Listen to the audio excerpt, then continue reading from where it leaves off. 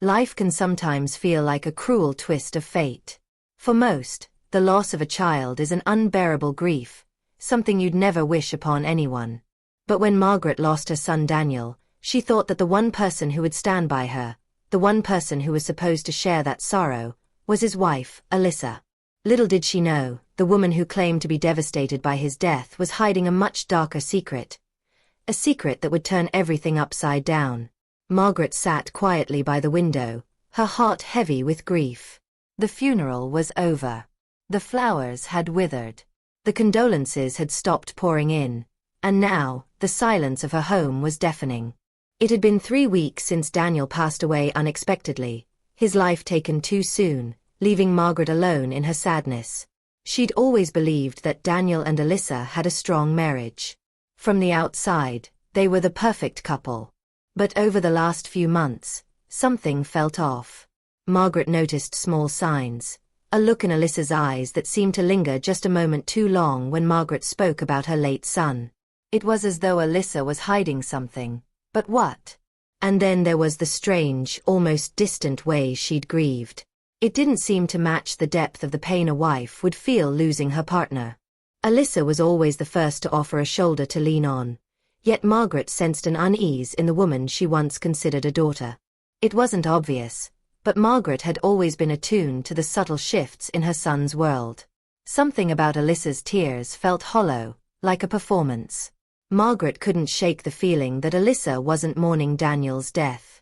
She was mourning something much more complicated, and Margaret was determined to uncover it. It was late one evening when Margaret decided she could no longer ignore her suspicions. Alyssa had been avoiding her, always finding excuses to stay out, even after the funeral. She had already left the house several times, claiming she needed to clear her head or visit friends. But Margaret knew, this wasn't grief. This wasn't how someone who truly lost their partner acted.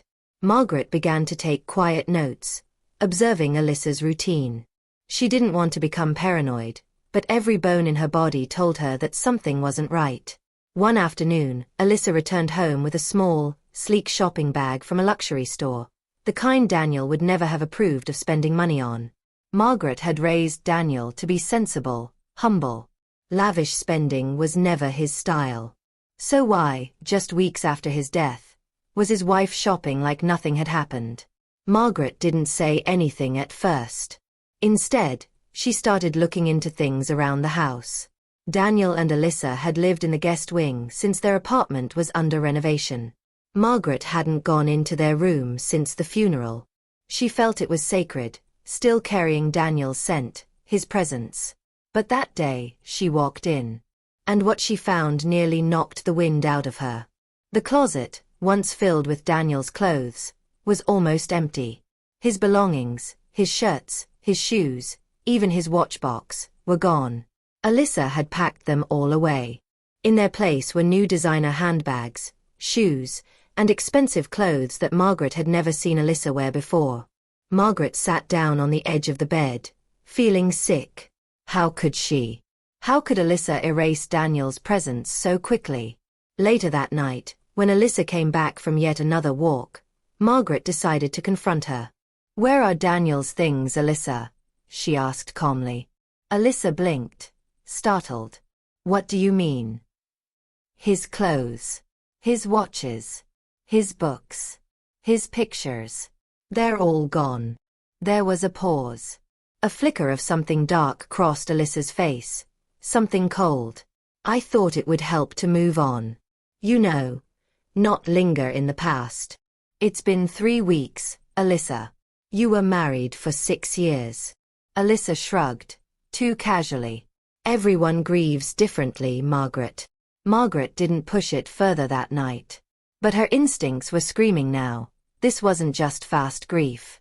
This was detachment. Indifference. Almost. Relief. That night, Margaret couldn't sleep.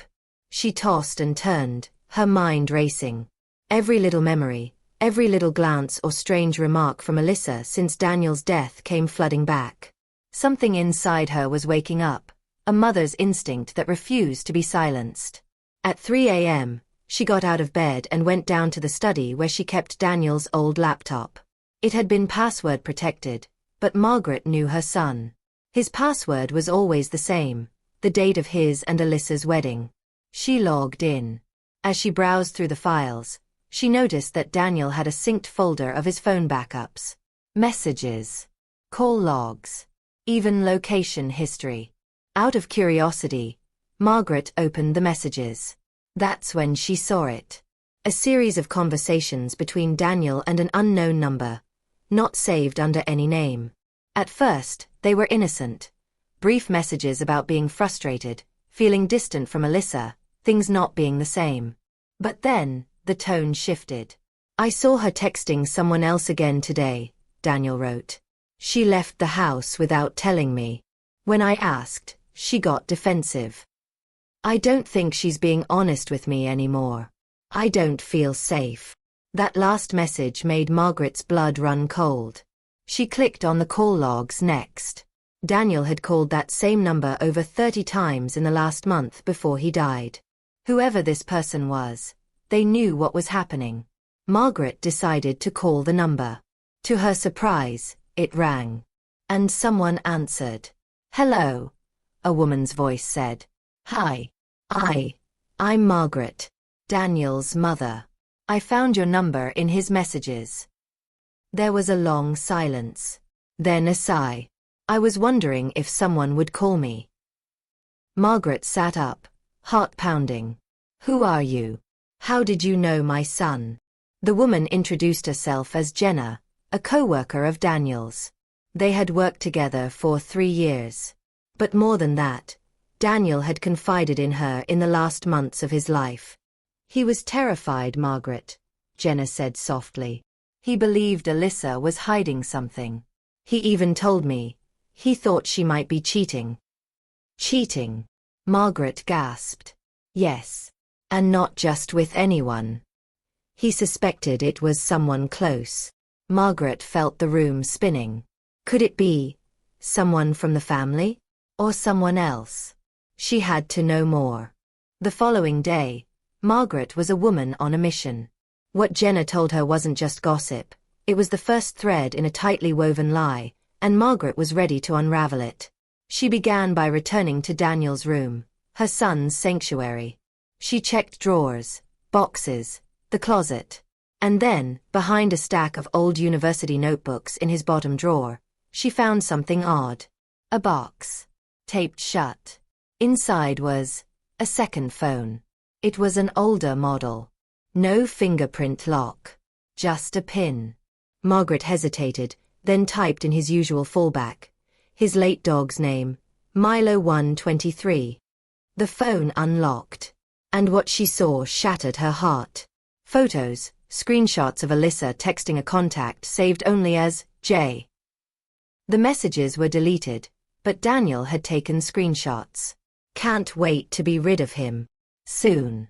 I promise. We just have to be patient. His insurance will set us up for life." Margaret's hands trembled. She knew what this meant. Alyssa wasn't just distant. She wasn't just grieving strangely. She was planning something. With someone else. And Daniel knew. But why hadn't he told anyone else? Why hadn't he gone to the police? She checked the gallery again. More screenshots. Photos of Alyssa meeting a man late at night. Different locations. All time-stamped just a week before Daniel's accident.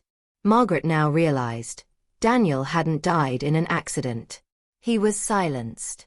Now filled with equal parts rage and grief, Margaret took the phone and drove to the police. At first, the officer on duty was skeptical. "Ma'am, these screenshots, they're concerning, yes, but they aren't enough to prove anything." But then Margaret remembered the dashcam footage. Daniel had once told her he installed a dashcam in his car after a minor hit-and-run last year. She hadn't thought about it in months. The police retrieved the car from impound.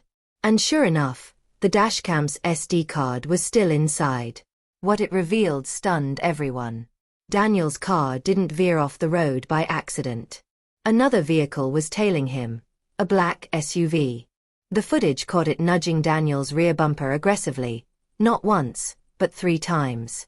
Then, as Daniel approached a narrow turn near a bridge, the SUV surged forward and clipped his rear, sending his car spiraling off the road. Murder. Cold. Calculated. And the plates on that SUV? Registered to Jason P., a personal trainer Alyssa had once claimed was just a friend. The police moved fast. Within 48 hours, Jason was arrested. Surveillance confirmed him and Alyssa meeting multiple times in secluded spots. Financial records showed that Daniel's life insurance had a $500,000 payout, with Alyssa listed as the sole beneficiary. Margaret watched the news coverage in stunned silence, her hands clasped tight. This wasn't just a betrayal. It was a performance, a rehearsed tragedy, where Alyssa had played the grieving widow while orchestrating Daniel's death. But Margaret wasn't done. She wanted answers. From Alyssa herself. That night, Margaret returned home. Alyssa was in the kitchen, humming, preparing dinner like nothing had happened. "Alyssa," Margaret said, her voice cold. Alyssa turned, startled. "Oh, you're home early. You lied to me. You lied to everyone." But Daniel, he knew, didn't he? That's why he documented everything. He was trying to protect himself. The color drained from Alyssa's face. "I don't know what you're talking about." Margaret slammed the phone on the table. "I saw the messages. The pictures. The man you were with. I gave the police the dashcam footage. They know everything." Alyssa's voice faltered. You don't understand, Jason. It wasn't supposed to happen like that. Daniel was making things hard. He wanted to divorce me. He was going to take the baby. I didn't know Jason would." "You knew exactly what you were doing," Margaret snapped. "You were just waiting to cash in on his death. You didn't just steal my son, you stole the father from your child." Tears welled in Alyssa's eyes, but Margaret didn't budge. Not now. Not after everything. The police came shortly after and arrested Alyssa. The headlines the next morning read, "Wife and lover arrested for plotting husband's murder in shocking life insurance scheme." The courtroom was packed for the trial. Margaret sat in the front row every single day, clutching a photo of Daniel. She endured weeks of painful testimony, forensic evidence, Alyssa's pitiful attempts to play the victim. But the truth stood stronger. Jason was sentenced to life in prison. Alyssa, facing overwhelming evidence and betrayal from Jason, accepted a plea deal for 30 years. But Margaret didn't feel triumphant. She felt empty. She had won the battle, but lost a son forever. Months passed. Margaret fought for custody of her grandson, little Liam. Alyssa's family contested it at first, but after learning the truth, they withdrew quietly. And one quiet afternoon, as Margaret sat rocking Liam in her arms on the porch, she whispered, "Your daddy was brave. He loved you so much.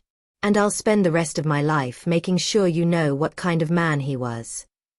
The sun dipped low over the trees. A soft breeze rustled the wind chimes. And for the first time in what felt like forever, Margaret smiled.